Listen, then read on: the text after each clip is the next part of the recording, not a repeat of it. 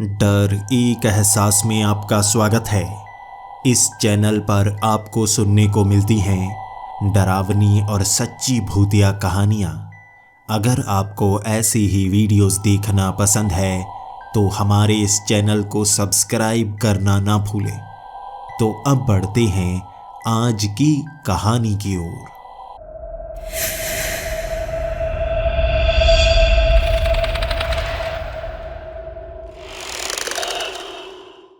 Hello दोस्तों, मेरा नाम अभय जैन है और मैं पश्चिम बंगाल का रहने वाला हूँ। सबसे पहले तो मैं आपको अपनी जानकारी देना चाहूँगा।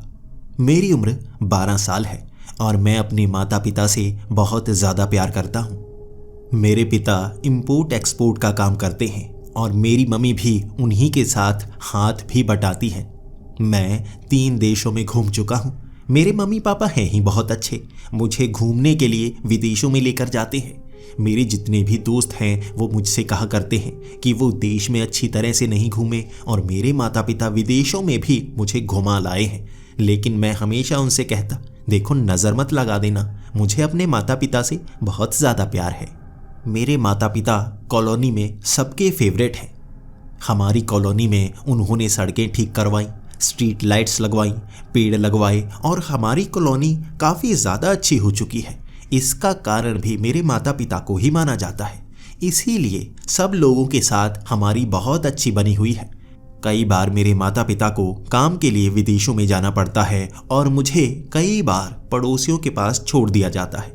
मेरे कई दोस्त यहाँ पर बने हुए हैं और मैं वहाँ पर अच्छा टाइम व्यतीत करता हूँ। लेकिन थोड़ी कमी महसूस होती है जब मेरे माता पिता 1 हफ्ते के लिए विदेश में चले जाते हैं। लेकिन काम भी तो ज़रूरी है। मेरे पड़ोसी हमेशा मुझे कहा करते हैं, तुम्हारे माता पिता बहुत ज़्यादा अच्छे हैं। और मैं कहता हूँ, हाँ मुझे पता है, लेकिन हर जिंदगी वैसी नहीं रहती जैसी हम सोचते हैं। समय बदलता है तो जिंदगी भी बदल जाती है। हमारी इस कॉलोनी के पार जंगल शुरू हो जाते हैं और वहाँ पर अब ऐसी घटनाएं होने लगी थी कि लोगों की मौत हो रही थी। माना जा रहा था कोई भालू है जो जंगल में आ गया है और लोगों को मारता जा रहा है, लेकिन इस पर यकीन किसी को नहीं हो रहा था। 3 लोग मारे जा चुके थे, इसलिए हमारे शहर में दहशत बहुत ज़्यादा थी। ज़्यादा लोग डरे हुए नहीं रहते क्योंकि वो भालू शहर में देखा नहीं गया था, सिर्फ जंगल में ही देखा गया था। हमारी कॉलोनी जंगल के बिल्कुल साथ लगती थी, इसीलिए सबसे ज़्यादा डर हमारी इस कॉलोनी में था। बच्चे कई बार खेलते खेलते जंगल की तरफ जाया करते थे। मैं भी अपने दोस्तों के साथ जंगल में छोटा सा झोंपड़ा बना चुका था जो पेड़ के ऊपर था। लेकिन अब हम जंगल में जा ही नहीं सकते थे। वहाँ जाते मौत को बुलाना नहीं चाहते थे हम, इसीलिए अब हम कॉलोनी के अंदर ही खेला करते। मेरे माता पिता उस समय विदेश में गए हुए थे। वहाँ से सामान लेकर उन्होंने कहीं पर डिलीवर करवाना था। 1 हफ्ते के लिए वो गए थे और यहाँ पर तो आतंक मच चुका था उस भालू का। इसीलिए 3 लोग मारे गए थे और मैं भी अपने पड़ोसियों के पास घर के अंदर ही रहता। जब मेरे माता पिता यहाँ पर आए वो ये बात सुनकर बहुत ज़्यादा डर गए थे, बहुत ज़्यादा हैरान हो गए थे। मेरे पिता ने तो ये तक कह दिया था, मैं खर्च करता हूँ, बड़ी सी फेंसिंग लेकर आता हूँ, जो जंगल तरफ वाला रास्ता है हम उसे पूरी तरह से बंद कर देंगे ताकि उस तरफ से कोई इधर आ ना सके। यहाँ कॉलोनी के अंदर ज़्यादातर लोग डरपोक हैं, वो उस जंगल के करीब जाना ही नहीं चाहते थे। पीछे वाले वो नए बने घर, उधर कोई जाकर खुश नहीं था क्योंकि वहाँ जंगली पेड़ लगे हुए थे। थोड़े थोड़े घर जंगल के अंदर भी आते थे। मेरे पिता ने कहा था आगे की तरफ हम फेंसिंग करके आएंगे। उस कॉलोनी का कोई आदमी नहीं माना था मेरे पिता के साथ जाने के लिए। मेरे पिता बहुत अच्छे थे, उन्होंने कहा हमें फेंसिंग तो करनी होगी। वैसे भी उनसे बचने के लिए ये काम बहुत ज़्यादा ज़रूरी है। कोई और माना नहीं तो मेरे माता और पिता दोनों मान गए थे कि वही ये काम करेंगे। ये सुबह का वक्त था। मेरे पापा ये काम तो करना चाहते थे लेकिन उन्हें एक ज़रूरी काम पड़ गया। किसी ने फ़ोन करके उन्हें बुलाया था, शायद उनका कोई कस्टमर था। मेरे पिता जब तक आते तब तक शाम के 5 बज चुके थे। ये काम तो आज ही करना था। उसके बाद मेरे पिता को कहीं और जाना था, तो शाम के वक्त ही मेरे पिता वो काम करने के लिए निकल पड़े। मेरी मम्मी भी उन्हीं के साथ थी और उसके बाद वो रात के 9 बजे तक आई ही नहीं। मैं पड़ोसियों के घर इंतज़ार करता जा रहा था और वो भी जाकर चेक तक नहीं करना चाहते थे। सब डरे हुए थे उस भालू से।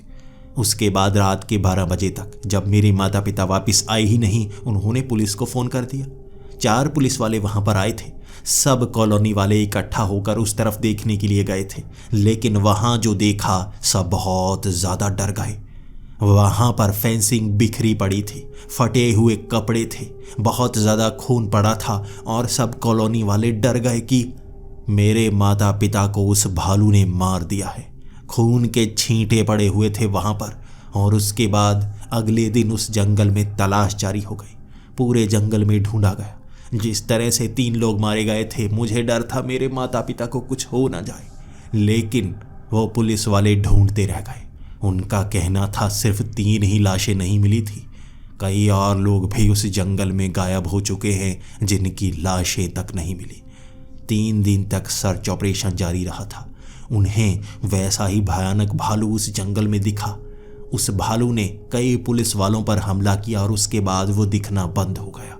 ना तो उस भालू को दोबारा देखा गया, ना मेरे माता पिता को ढूंढा जा सका। और इस तरह मेरी दुनिया बदल चुकी थी। जिन पड़ोसियों के पास मैं कुछ समय के लिए रह सकता था, मेरे माता पिता पैसे देकर जाया करते थे, लेकिन अब कोई भी मुझे रखने को तैयार नहीं था। 10 दिन बाद तक पुलिस वालों ने कह दिया था, अब तुम्हारे लिए कोई गार्डियन ढूंढना होगा, कोई ऐसा रिश्तेदार जो तुम्हें अपने पास रख सके। मैंने कहा, मेरा कोई रिश्तेदार नहीं है, यहाँ पर तो कोई भी नहीं। पुलिस वालों ने उसके बाद कई पेपर्स खंगाले। वो कई जगह गए और उन्होंने मुझे एक ऐसी जानकारी दी जिसके बारे में मैं जानता नहीं था। मेरे एक चाचा भी थे। मेरे माता पिता ने उस चाचा के बारे में कभी बताया ही नहीं, लेकिन मुझे अब उन चाचा के पास ही रहना था। शहर के एक तरफ बनी हुई बड़ी सी वो किताबों की दुकान और लाइब्रेरी, उसके ऊपर उन्होंने घर बनाया हुआ था। वो काम करते और ऊपर ही रहते, ज़्यादा बाहर जाना उन्हें पसंद नहीं था और मुझे पुलिस वालों ने उस लाइब्रेरी में छोड़ दिया था। लाइब्रेरी में मुझ अकेले बच्चे को अपने सामान के साथ देखकर वो आदमी बहुत ज़्यादा खुश था। मैं उसे आदमी इसलिए कह रहा हूँ क्योंकि मुझे बताया नहीं गया था मेरा कोई चाचा है। पुलिस वालों ने कौन से पेपर से ये ढूंढ निकाला था कि मेरा एक चाचा है?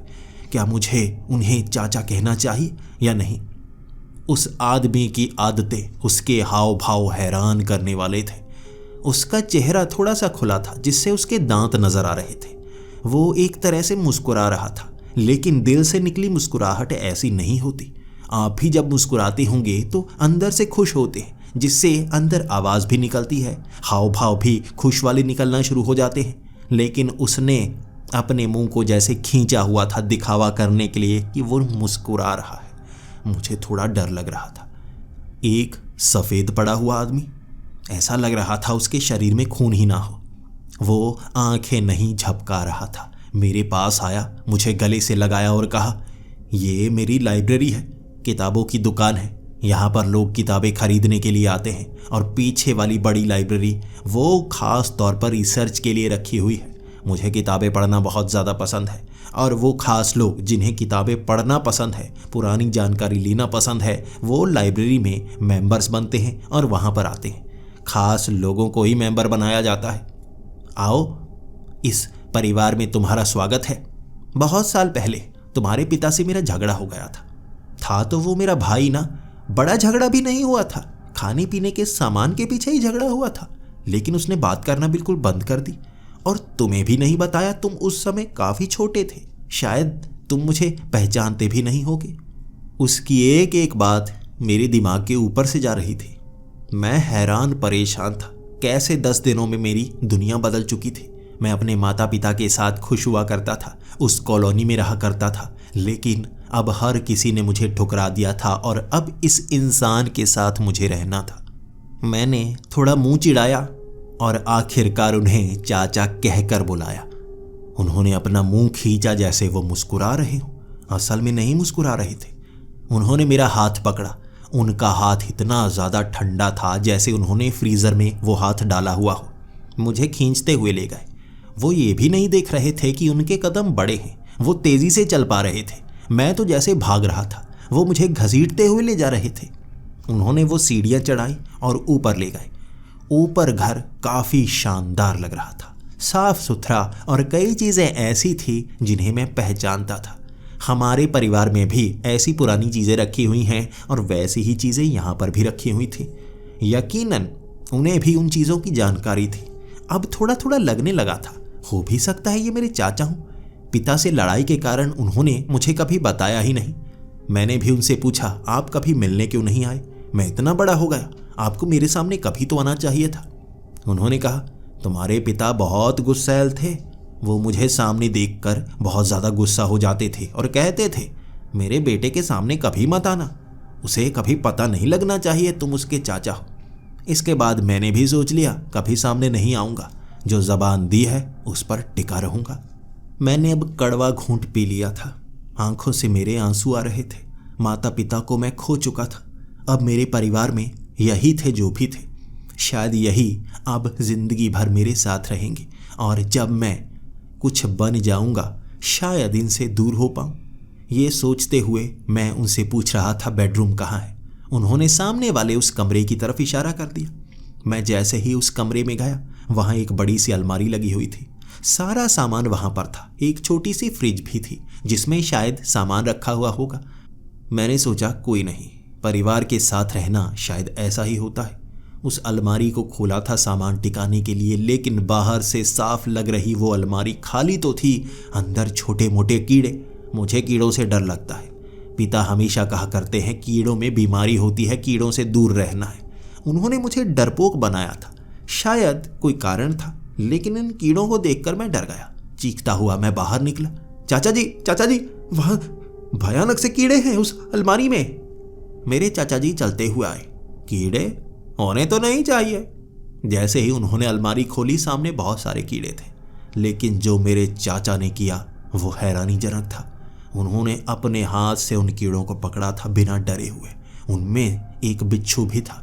उन्होंने हाथ से उन कीड़ों को पकड़ लिया और जेब में डाल लिया, एक एक करके पूरी अलमारी साफ।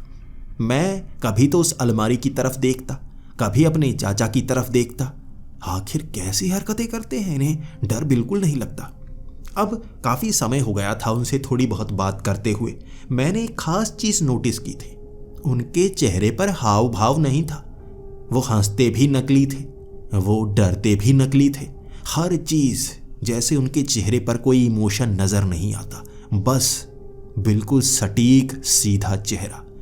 अब वो जेब में डाले हुए उन कीड़ों को बाहर ले गए थे। मैंने उनसे पूछा था, इन्हें बाहर फेंक कर आना, ये दोबारा वापस आ सकते हैं। उन्होंने कहा, कोई बात नहीं, मैं देख लूँगा। यह भारी आवाज़ अब पहचान कर चुका था मैंने अपना सामान उस अलमारी में टिकाया। काफ़ी बड़ी अलमारी थी वो। उसके बाद मैं थका हुआ था, सोने के लिए चला गया। अगली सुबह 5 बजे। मुझे तो उठने की आदत है 8 बजे, लेकिन 5 बजे मेरे चाचा जी पानी का ग्लास लेकर आ चुके थे। उन्होंने हाथ में एक सेब पकड़ा हुआ था। मुझे उठाकर कहने लगे, उठने का समय हो गया है, ये लो सेब खाओ, ये पानी पियो और नाश्ता नीचे 8 बजे तैयार हो जाएगा। तब तक नहा लेना, अगर कुछ और करना चाहते हो तो करो। आज मैं तुम्हें लाइब्रेरी दिखाऊंगा, हमारा ये खानदानी काम है। तुम्हारे दादाजी भी इस लाइब्रेरी में बैठा करते थे। ये सुनकर मैं भौंचक्का सा हो गया था। पहले मुझे नींद चढ़ी हुई थी। मुझे अपने दादाजी से बहुत प्यार था, लेकिन उनकी मौत बहुत साल पहले हो चुकी है। वो दादाजी की फेवरेट लाइब्रेरी थी, पुश्तैनी काम। मुझे इसके बारे में दादाजी ने भी नहीं बताया। मुझे इसके बारे में दादाजी ने भी कभी नहीं बताया था। ये सोचकर वहाँ बैठा था और मेरे चाचा जी वहाँ से जा चुके थे। अब मैं उस पानी को पीकर, उस सेब को खाकर सीधा नीचे पहुँच गया। मेरे चाचा जी वहाँ उस लाइब्रेरी, उन किताबों की दुकानों को साफ कर रहे थे। यहाँ छोटे छोटे हिस्सों में, छोटे छोटे टुकड़ों में अलग अलग भाग बनाए हुए थे, जैसे खास किताबें एक तरफ, बाकी किताबें एक तरफ। मैं चलता हुआ लाइब्रेरी में गया और वहाँ से निकलकर सीधा उस दुकान में पहुँच गया। 5 बजे ही मेरे चाचा जी ने वो दुकान खोल ली थी। मैंने वहाँ बैठकर चाचा जी से पूछा, आप इतनी सुबह दुकान खोल लेते हैं, क्या कोई कस्टमर सुबह सुबह आता भी है? अभी तो अंधेरा भी है। मेरे चाचा जी ने मेरी तरफ देखा। मैं काम का पक्का हूँ। पुश्तैनी समय से ही हम 5 बजे दुकान को खोलते हैं और रात को 10 बजे तक खोले रखते हैं। यहीं पर खाते हैं, यहीं पर पीते हैं और मुझे ये सबसे अच्छा लगता है। मैं उसके बाद ऊपर चला गया। मैं अब कुछ करना चाहता था। यहाँ खेलने के लिए कुछ भी नहीं था। जान पहचान वाला कोई दोस्त नहीं था। वो कॉलोनी भी यहाँ से काफ़ी दूर थी, तो मैं वहाँ पर चलकर जा नहीं सकता था। मैं दोपहर तक ऊपर बैठा रहा। मेरे चाचा जी कोई नाश्ता लेकर नहीं आए। 12 बजे मेरे चाचा जी ने नीचे से आवाज़ लगाई, खाना मैं बनाने जा रहा हूँ, तुम क्या खाओगे? मुझे भूख बहुत ज़्यादा लगी हुई थी, इसलिए मैंने ज़्यादा सवाल नहीं किया और मैंने कह दिया, आप जो बनाएं मैं वो खा लूँगा। इसके बाद चाचा जी ऊपर आ गए और खाना बनाने लगे। मेरे सामने उन्होंने ऐसा खाना रखा था जो मैंने ज़िंदगी में कभी नहीं देखा था। ये क्या चीज़ बनाकर रखी थी? हिल रही थी जैसे जिंदा मांस हो। मुझे चिकन खाना तो पसंद है, लेकिन जिंदा मांस नहीं। वहाँ गली सड़ी सी सब्जियाँ, गले सड़े से फल, ये हिलता हुआ मांस का टुकड़ा और काले रंग का गंदा सा पानी, ये मेरे सामने मेरे चाचा जी ने रख दिया था और मैं तो उन्हें देखता रह गया था। मेरे सामने वो चीज़ें खा रहे थे। 5 मिनट लगाए उन्होंने। मुझसे डबल प्लेट में उन्होंने अपने लिए रखा हुआ था, सारा खा गए और 5 मिनट में मैं बस उस चम्मच से हर चीज़ को हिला हिला कर देख रहा था। ये क्या चीज़ है? डरते डरते मैंने सवाल कर ही लिया, क्योंकि मैं ये खा नहीं सकता था। ये क्या है? मैं इसे खा नहीं सकता। मेरे चाचा जी ने कहा, बहुत स्वादिष्ट है, एक बार कोशिश करके तो देखो, अगर अच्छा ना लगे तो मैं तुम्हारे लिए साधारण खाना बना दूंगा। अब मैं टेस्ट करता भी तो क्या करता? सड़ी हुई सब्जी, वो सड़े हुए फल जिन पर फंगस आई हुई थी, या हिलता हुआ वो मांस का टुकड़ा। एक एक करके हर चीज़ की तरफ नज़र पड़ी। उस पानी की तरफ भी नज़र पड़ी थी मेरी, और एक घूंट तक पी नहीं सकता था मैं। अब क्या करता? चाचा जी को दिखाना तो था मैं खुश हूँ, उनके सिवा मेरा अब और कोई नहीं था। मैंने सोचा अब चलो चिकन खाने की कोशिश करता हूँ, वही सबसे साफ लग रहा है। लेकिन हिल क्यों रहा है? वो मांस का टुकड़ा हिल रहा था। जब मैंने उसमें चम्मच गड़ाने की कोशिश की, वो एक तरफ हिलता हुआ चला गया। मैं डर गया। मैं कुर्सी से उठ खड़ा हुआ। तभी सामने से चाचा जी ने कहा, ये इतनी आसानी से पकड़ में नहीं आएगा, नज़र कहीं और रखना और चम्मच घुसा देना, भागने का मौका नहीं मिलेगा इसे। ये सुनते ही मेरे सर पर पसीना आ गया था। मैं डर से कांप रहा था, इसलिए ये पसीना आया था। मैंने कहा, भागेगा नहीं? ये कैसा मांस का टुकड़ा है? मेरे चाचा जी ने जवाब दिया, ये कास मांस का टुकड़ा है, सबको ये खाना बहुत पसंद होता है। तुम खाकर तो देखो, लेकिन पकड़ना पड़ेगा, कहीं प्लेट से ही भाग ना निकले। जितना हक है उतना मिलता है। मैं कुर्सी पर बैठा। मैंने चम्मच उस मांस के टुकड़े में गड़ाने की कोशिश तो की, लेकिन यकीन कीजिए, चालाक मांस का कटा हुआ टुकड़ा आपने भी कभी नहीं देखा होगा। उस मांस के टुकड़े में चम्मच घुस नहीं पा रहा था। उसका टुकड़ा कैसे करता मैं? पास में एक चाकू पड़ा था। वैसे जब भी हम खाना खाने के लिए बैठते हैं तो एक छोटा सा चाकू होता है, जिससे हम कई चीज़ों को काट कर उस कांटे में डालकर हम खाते हैं। लेकिन यहाँ वो चाकू इतना तेज धार था और आधी तलवार के बराबर इतना बड़ा था। अब उस चाकू को मैंने हाथ में पकड़ लिया।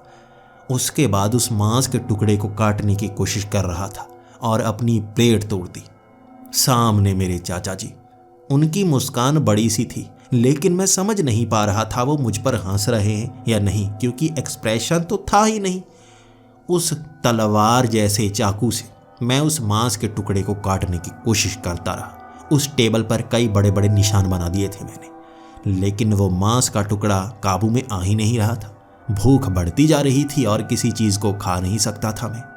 और अंत में वो मांस का टुकड़ा एक तरफ था। मैंने नज़रें अपने चाचा जी की तरफ की और कुछ बोलने की कोशिश की। ये चालाकी थी। अचानक मैंने उस चाकू से मांस के टुकड़े पर एक वार किया। वहाँ छोटा सा टुकड़ा कटकर एक तरफ चला गया। अब मुझे खुशी हुई। बड़ा टुकड़ा भागना चाहता है तो भाग जाए, छोटे को पकड़कर खा लूँगा। लेकिन ऐसा नहीं था। वो छोटा टुकड़ा भी छोटे छोटे कदमों से जैसे भागने लगा। वो गोल गोल घूमता जैसे कोई बॉल हो और आगे की तरफ बचने की कोशिश करता रहा। चूं चूं की आवाज़ उससे आ रही थी जैसे किसी पिल्ले से आ रही हो। मैंने वो कांटा उठाया और उसमें गड़ाने की कोशिश की, लेकिन वो छलांगे लगाकर बचने लगा। कैसा खाना है, टुकड़े होने के बाद भी मर नहीं रहा है। चाचा जी की मैं तरफ देखे जा रहा था और उनके बड़े बड़े दांत बाहर की तरफ आए हुए थे। शायद वो हंस रहे थे मुझ पर। बार बार वो उस टुकड़े की तरफ देखते और मेरी तरफ देखने लगते। मैंने कांटा उस मांस के टुकड़े में घुसा ही दिया। वो हिल रहा था, बचने की कोशिश कर रहा था, लेकिन नहीं, अब मैं और टुकड़े नहीं करूँगा, इसी को खाऊंगा। मैं उस टुकड़े को सीधा पकड़कर मुंह में डाल गया। मुंह में हिलने की आवाज़ आ रही थी, वो हिल रहा था। मैं चबाना शुरू हो गया। जैसे ही मुंह में उसका स्वाद आया, ये इतना गंदा सा स्वाद था कि मैं उसे उगल बैठा था। सामने उगला था मैंने उस प्लेट में। मेरे चाचा जी की मुस्कान वैसी की वैसी ही। मैं खड़ा हो गया। ये मैं नहीं खा सकता। क्या है, क्या है, कहाँ से लाए हैं आप? आप इसे खा सकते हैं, मैं नहीं खा सकता। मैं साधारण खाना पसंद करता हूँ। मेरे चाचा जी पर मैं गुस्सा हो गया था, लेकिन तभी मुझे महसूस हुआ मैंने गलती कर दी। चाचा जी चुप थे। उसके बाद वो खड़ा हुए और कहने लगे, ठीक है, तुम्हारे लिए कुछ साधारण लेकर आता हूं। वो 15 मिनट उधर गए और उन्होंने बड़े से नूडल्स बनाए। इसके साथ ही थोड़े चावल बनाए। एक छोटी सी सब्जी जो फ्रिज में रखी थी उसे गर्म करके मेरे सामने ले आए। हर चीज़ खाई जा सकती थी और मैंने भी पेट भरकर वो खाना खाया। इसके बाद चाचा जी दोबारा नीचे चले गए। नीचे कोई कस्टमर आए हुए थे। मैं उस कुर्सी पर बैठा अब उस टेबल की तरफ देख रहा था। बार बार भगवान को याद करके यही कहे जा रहा था, कहाँ फंस गया हूं मैं। ये कैसा इंसान है? क्या ये सच में मेरा चाचा ही है? ऐसा इंसान मैंने जिंदगी में नहीं देखा था जो ऐसा खाना खाता हो, और मांस का जिंदा टुकड़ा भी नहीं देखा था। अब धीरे धीरे सीढ़ियों से उतरता हुआ मैं नीचे गया था। ये जानने की कोशिश कर रहा था यहाँ चल क्या रहा है। जब मैं नीचे पहुंचा, मेरे चाचा जी उस किताबों की दुकान में नहीं थे। मैं देखता गया, आखिर वो किताबों की दुकान में नहीं है तो कहाँ चले गए। मैं धीरे धीरे चलता हुआ पीछे लाइब्रेरी में गया। वहाँ लाइब्रेरी में भी कोई नहीं था, लेकिन तभी मेरी नज़र पड़ी। उस लाइब्रेरी के पीछे भी एक कमरा था। वहाँ से हल्की हल्की आवाज़ें आ रही थी। मैं धीरे धीरे चलता हुआ उस तरफ देखने के लिए गया। मुझे अपने चाचा जी पर भी बहुत ज़्यादा शक सा हो रहा था। कुछ गड़बड़ तो यहाँ पर ज़रूर है। या तो वो मुझे पसंद नहीं करते या उनकी आदतें अजीब हैं। मैं जैसे ही उस कमरे के पास पहुंचा, वहां पर कटी फटी पुरानी सी किताबें थी। वहां एक रैक बनाया हुआ था जिसमें ढेर सारी किताबें बनी हुई थी। वहां देखा मैंने, मेरे चाचा जी थे, 2 आदमी और थे, और नीचे कपड़े में लिपटा हुआ कोई था जो हिल रहा था। ऐसा लगा जैसे किसी को किडनैप किया गया हो, कपड़े में लपेटा गया हो, वो जिंदा हो और उसे यहाँ पर लाया गया हो। ये देखकर मैं सन्नसा हो गया था। सामने एक कॉफिन था। मेरे सामने उन्होंने उस कपड़े वाले जिंदा इंसान को उठाया, उस कॉफिन में डाल दिया, उस कॉफिन को बंद किया, उसके ऊपर कुछ लिखने लगे और मेरे चाचा जी ने कहा, काम हो जाएगा। वो आदमी अब चलकर बाहर की तरफ आ रहे थे और मैं छिपता छिपता उस लाइब्रेरी में एक रैक के पीछे छिप गया। वहाँ एक किताब को हटाकर मैं देख रहा था। मेरे चाचा जी ने उन 2 आदमियों के साथ हाथ मिलाया। वो मुस्कुरा रहे थे। वो बाहर की तरफ चल पड़े। मैं अब अपने चाचा जी को भी देख रहा था, उन 2 आदमियों को भी देख रहा था। लेकिन जैसे ही खिड़की से मैं बाहर देखने लगा, एक औरत गाड़ी के पास खड़ी रो रही थी, बहुत ज़्यादा रो रही थी। इसके बाद वो भागती हुई आई, एक आदमी के गले मिली और उन्होंने उसे पकड़ा और गाड़ी में बिठा दिया। तीनों वहाँ से जा चुके थे और मेरे चाचा जी अब वापस आ रहे थे। थर थर कांप रहा था मैं। बता नहीं सकता कितनी हालत पतली थी। ये साधारण इंसान नहीं है, कुछ गलत है। ये गलत काम करते हैं। क्या करूं? अब किसे बताऊं? मैंने एक पल के लिए सोच लिया था, पुलिस को बताऊंगा। यहाँ जो हो रहा है पुलिस को बताऊंगा। जैसे ही चाचा पीछे लाइब्रेरी के उस कमरे की तरफ बढ़े, मैं बाहर निकल आया और उसके बाद भागकर मैं सीधा पुलिस स्टेशन पहुंच गया। पुलिस स्टेशन में सबको सच बता रहा था। वहाँ पर किडनैपिंग की जाती है। एक आदमी को वहाँ पर लाया गया है जो कपड़े में लिपटा हुआ है, उसे कॉफिन में डाला गया है और मुझे शक है मेरे चाचा जी उसका काम तमाम कर देंगे, उसे ज़मीन में गाड़ा जाएगा, जिंदा ही मार दिया जाएगा, आपको जल्दी पहुंचना होगा। पुलिस वाले मेरी बात सुन चुके थे, वो मेरे साथ आए, वहाँ मेरे साथ ही वो पहुँचे और लाइब्रेरी में मैंने उन्हें वो पीछे वाले कमरे की बात की। चाचा जी वहाँ खड़े थे। पीछे वाला कोई कमरा नहीं है। और किस कॉफिन की बात कर रहे हो? वो पड़ा है कॉफिन जो 2 आदमी देकर गए थे। मैंने पुलिस वालों को दिखा दिया। हाँ, यही है, इसके अंदर गाड़ा गया है, जल्दी चेक करिए। इसके बाद उन पुलिस वालों ने वो कॉफिन खोला था। अंदर कपड़ा था जो हिल रहा था। वो भी उसे देखकर हैरान, और एक पुलिस वाले ने बंदूक निकाल ली और मेरे चाचा की तरफ तान दी।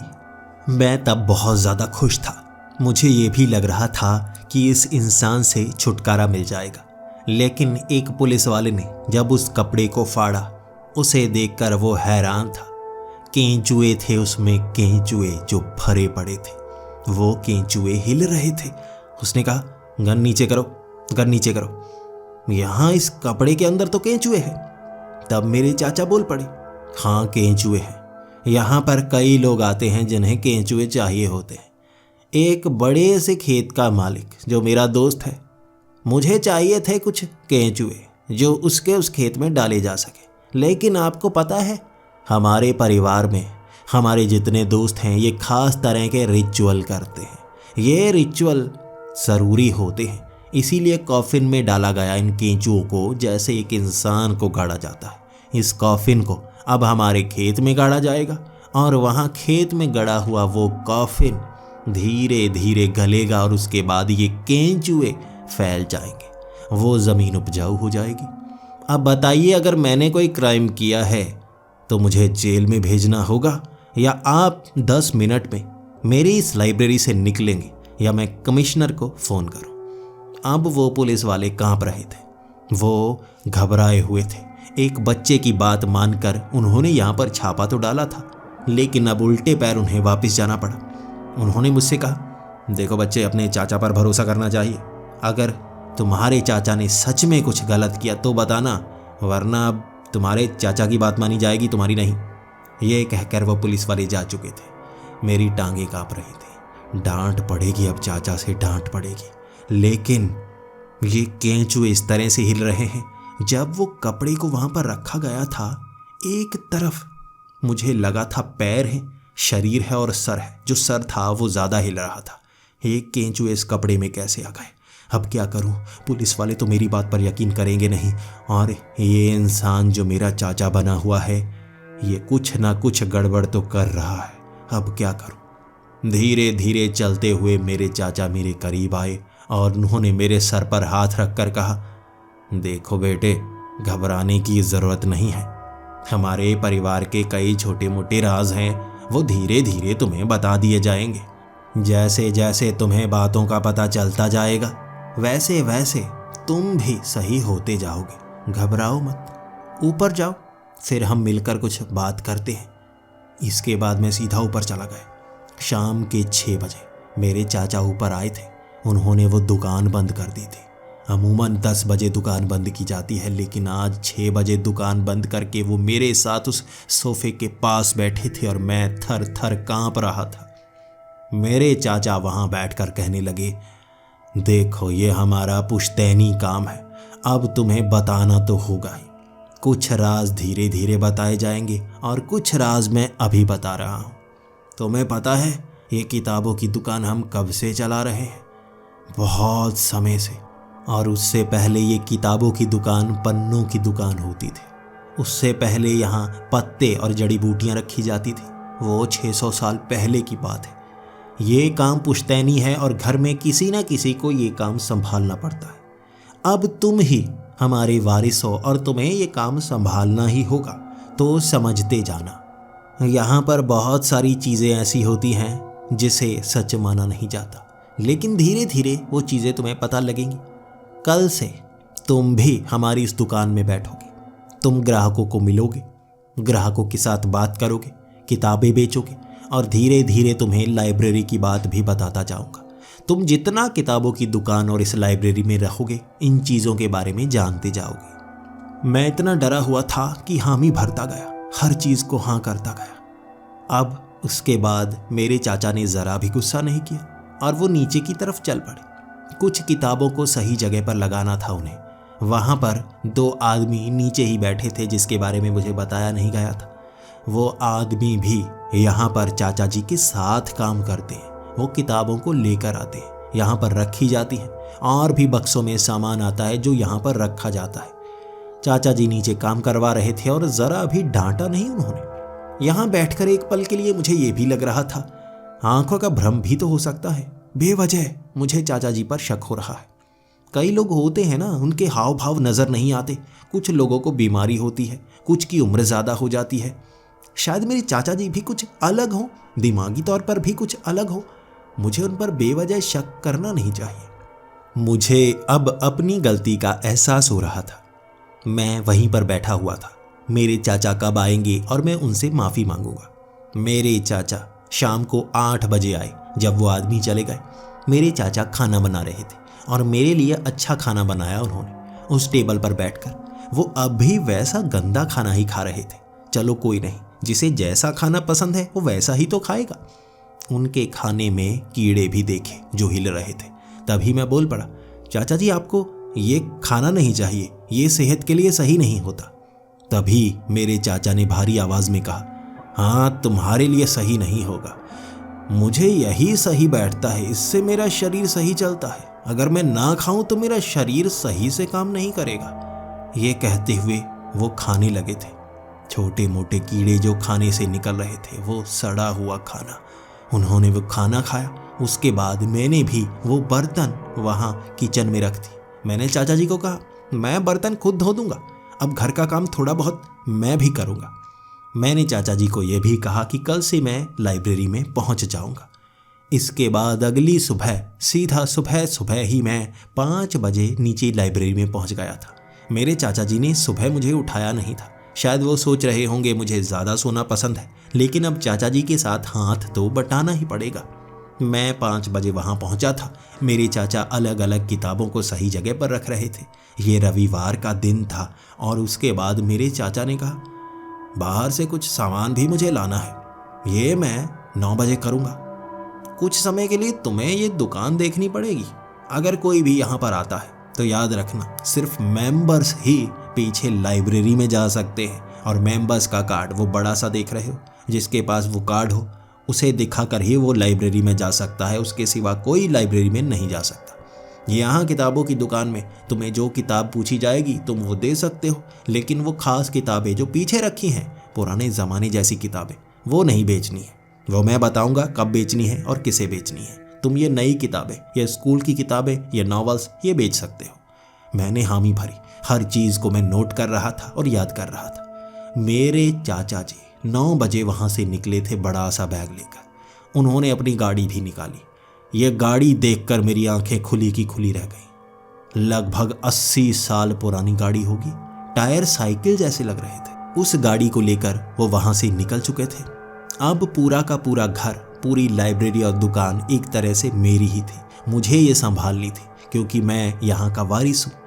मैं एक एक करके उन नॉवेल्स पर हाथ लगाने लगा, उन किताबों को देखने लगा। वहाँ पीछे वाली पुरानी किताबों को देखने का मन पहले तो मेरा नहीं था, लेकिन स्कूल की किताबें, स्कूल का सामान देख देख कर मैं बहुत ज़्यादा पक चुका था। मैंने सोचा पुरानी किताबें देखता हूँ, कुछ अच्छी मिल जाएगी। जैसे ही मैं पीछे पहुँचा, पहली किताब वशीकरण की, भूतों की किताबें, जादू कैसे किया जाता है, किस तरह से शरीर पर असर किया जाता है, और एक बड़ी सी किताब जिस पर लिखा था मुर्दे को जिंदा कैसे करना है। हाथ कांप गया था मेरा। मैंने किताब रख दी। अरे यहाँ ये पुरानी किताबें कैसी हैं? चाचा जी कैसी कैसी किताबें बेचते हैं। चलो मैं इन्हें नहीं पढ़ूंगा। मुझे भूतों से बहुत डर लगता है, मुझे कीड़ों मकोड़ों से डर लगता है, मुझे जानवरों से डर लगता है। क्या बताऊं, जो गुस्सैल इंसान होते हैं मुझे उनसे भी डर लगता है। अब मैं सोच रहा था मुझे तो हर चीज़ से डर लगता है। मेरे पिता ने मुझे काफ़ी ज़्यादा डरपोक बनाया था। मुझे कभी भी झगड़ा मूल नहीं लेने देते थे, मुझे खाली जगह पर जाने नहीं देते थे। जहाँ वीरान हो, मेरे पिता कहा करते थे, वहाँ हमें जाना नहीं चाहिए। अंधेरे से भी मैं डरता हूँ, अकेलेपन से भी मैं डरता हूँ। लेकिन अब तो अकेला ही था इस दुकान में मैं। अब एक एक करके किताबों को मैं हाथ लगाए जा रहा था। यहाँ सुबह सुबह कौन सा कस्टमर आएगा, लाइब्रेरी में जाकर देखता हूँ। इसके बाद मैं सीधा लाइब्रेरी की तरफ चल पड़ा। लाइब्रेरी में ढेर सारी किताबें थी, भूत प्रेतों की किताबें, पुरानी नॉवेल्स, कई मैप बने हुए थे, बहुत अजीब अजीब सी जानकारी। कुछ ऐसी भाषा में था जो मेरी समझ से बाहर था, कुछ भाषा तो ऐसी थी मैं मानूं दुनिया में कोई उस भाषा को डिकोड ना कर सके। ऐसी भाषा अजीब सी बनाई गई थी। वहाँ किताबें पुरानी से पुरानी थी, लेकिन वो फटे हुए कागज़ और ज़्यादा फाड़े नहीं जा सकते थे। जब कोई किताब पुरानी हो जाती है, हाथ लगाओ वो कागज़ फटता जाता है। इन किताबों को देखकर कोई भी कह सकता है पुरानी किताबें हैं, फटने लायक हैं। लेकिन जब उन किताबों को मैं पकड़ता था, उनके पन्नों को खींचता था, वो इतने सख्त पन्ने थे कि उंगलियों से फाड़े ना जा सके। उन पर जैसे कोई खास कोटिंग की गई हो कि वो पन्ने फटते ही नहीं थे। मैंने किताब में एक पन्ने को थोड़ा सा फाड़ने की कोशिश की थी। ये स्कूल में मेरी आदत है।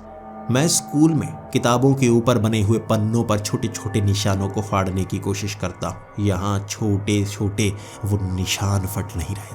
किताब को मैंने रख दिया, तभी मेरी आंखें चमकी। लाइब्रेरी के पीछे वाला वो कमरा, उसे देखता हूँ। उसके बारे में चाचा जी ने कुछ नहीं बताया। मैं सामने चला गया था उस दीवार के पास। ये दीवार थी जिस पर एक दरवाज़ा होना चाहिए, वो दरवाज़ा मौजूद नहीं था। पहले ऐसी जगह पर दरवाज़ा था जिसके पीछे वो दो आदमी गए थे और उस ताबूत को लेकर गए थे। वो खेचुए जिसे मैं इंसान समझ बैठा था, इसे अंदर ही ले जाया गया था। मैं देखता रह गया। यहाँ दरवाज़ा तो होना चाहिए, लेकिन दरवाज़ा निकलेगा कैसे? क्या यहाँ पेंट को उखाड़ना पड़ेगा? मैं वहाँ पेंट पर हाथ लगा रहा था। ये पूरी की पूरी दीवार थी। आंखें मली फिर से मैंने। इतना बड़ा भ्रम मुझे कैसे हो गया? ये एक सख्त दीवार थी जिसके पार कोई दरवाज़ा हो ही नहीं सकता। मैं खुद पर हंसता जा रहा था। तभी मुझे ज़मीन पर एक पिन नज़र आई। ये ऐसी पिन लग रही थी जैसी किसी ग्रेनेड में हो। मैं एक पल के लिए सोच भी रहा था, ज़मीन में कोई ग्रेनेड तो नहीं गाड़ा गया कि कोई पिन निकाले और ये ग्रेनेड यहाँ फट जाए। अब एक लाइब्रेरी में ऐसी सिक्योरिटी भी नहीं हो सकती। ज़मीन के पास जाकर मैंने उस पिन को देखा था। ऐसा लग रहा था उस पिन के साथ एक पर्दा सा चिपकाया गया हो। उस पिन को थोड़ा सा खींचा था मैंने, वो पर्दा मेरे हाथ में आया था। वो पर्दा ऊपर की तरफ उठ रहा था। खींचते खींचते पर्दा मैं ऊपर की तरफ उठाता गया। वो पत्थर की बनी हुई दीवार थी, लेकिन पर्दा ऊपर तक उठा और सामने वो दरवाज़ा नजर आ गया। वो पर्दा कपड़े का था, लेकिन इतना सख्त बाहर से लग रहा था, पीछे दरवाज़ा। ऐसा कैसे हो सकता है? जैसे कोई जादू की बनी हुई दीवार हो जिससे पर्दा हटाने पर वो दरवाज़ा नजर आए। यही तो वो दरवाज़ा था। अब मैंने उस दरवाजे को खोला। दरवाजे को खोलते ही मैं उस कमरे में पहुंच गया था जहां पर और भी ज़्यादा पुरानी किताबें रखी गई थी। वहां कई जगह पर पत्तों के ऊपर कुछ लिखा हुआ था और उन पत्तों को लाल रंग के धागे में बांधा हुआ था। पुराने पुराने ज़माने की चीज़ें थी वो। लेकिन उस बड़े से कमरे के पीछे एक टेबल पर कुछ रखा था जिसे मैं पहचान गया। केंचुए वाली वही कपड़े में बंधी हुई इंसान जैसी आकृति। वो हिल रही थी थोड़ा थोड़ा। क्या ये केंचुए हैं? लेकिन उन केंचुए वाले कपड़े को तो चाकू से पुलिस वाले ने फाड़ दिया था ना, ये दोबारा से कैसे सिला गया? वहां एक और ताबूत पड़ा था। मैं धीरे धीरे वहां गया। उस कपड़े को हाथ लगाया था मैंने, उसमें केंचुए हैं या नहीं। यकीन कीजिए, जब आप बहुत ज़्यादा डरते हैं कीड़े से, आप उससे दूर भागते हैं। मुझे पता था उसमें केंचुए हैं, लेकिन डर का माहौल और हिम्मत बंध गई थी। ये अजीब एहसास मुझे उसे छूने की तरफ ले जाए जा रहा था। छू कर देखा था मैंने, वो कपड़े के अंदर कुछ सख्त था। मैंने उंगली अंदर की तरफ दबाने की कोशिश की, वो सख्त ही था। थोड़ा थोड़ा हिल रहा इंसान अंदर लग रहा था। घबरा गया था मैं। ये सच ना हो, ये सच ना हो। दोबारा मैं पागल नहीं बनना चाहता। पास देखने लगा मैं कुछ जिससे कपड़ा फाड़ा जा सके। धीरे से मैंने पास पड़े हुए उस चाकू को उठाया। ऊपर से जहां सर जैसी आकृति बनी हुई थी उसे फाड़ कर देखना चाहता था। अंदर केंचुआ ही है, मिट्टी ही है, इंसान नहीं होना चाहिए। नहीं नहीं नहीं, इंसान नहीं होना चाहिए। मैं उस चाकू से कपड़े को ऊपर से थोड़ा फाड़ चुका था। मैंने जैसे ही उस कपड़े को फाड़ा, एक तरफ किया, मुझे चेहरा नजर आया। ये चेहरा मेरी उम्र के किसी लड़के का था। उसके चेहरे को देखकर जो चीखा मैं सन्न हो गया था। तभी मैं दोबारा उठा। मुझे लगा ये अब शायद मर गया होगा, लेकिन तभी उसने आंखें खोली। उसकी खुली आंखें देखकर मेरी चीखें और मैं बाहर की तरफ भागा। मैं बड़ी तेजी से भागा था। मेरा यकीन कीजिए, मैं चीख रहा था, यहाँ गड़बड़ है। मेरे चाचा सबसे झूठ बोल रहे थे, मुझे ये पुलिस को बताना ही होगा। लेकिन सामने वो गाड़ी लगी हुई थी मेरे चाचा की। वो यहीं थे। बाहर जाने का कोई रास्ता नहीं था। उस काउंटर के पास मेरी तरफ खड़े वो इस तरह से देख रहे थे जैसे बिना हाव भाव वाला कोई इंसान गुस्से में हो।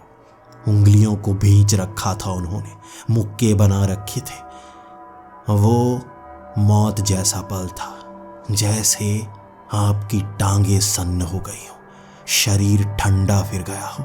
मैं भी ठंडा फिर गया था। मैं बयान नहीं कर सकता हालात।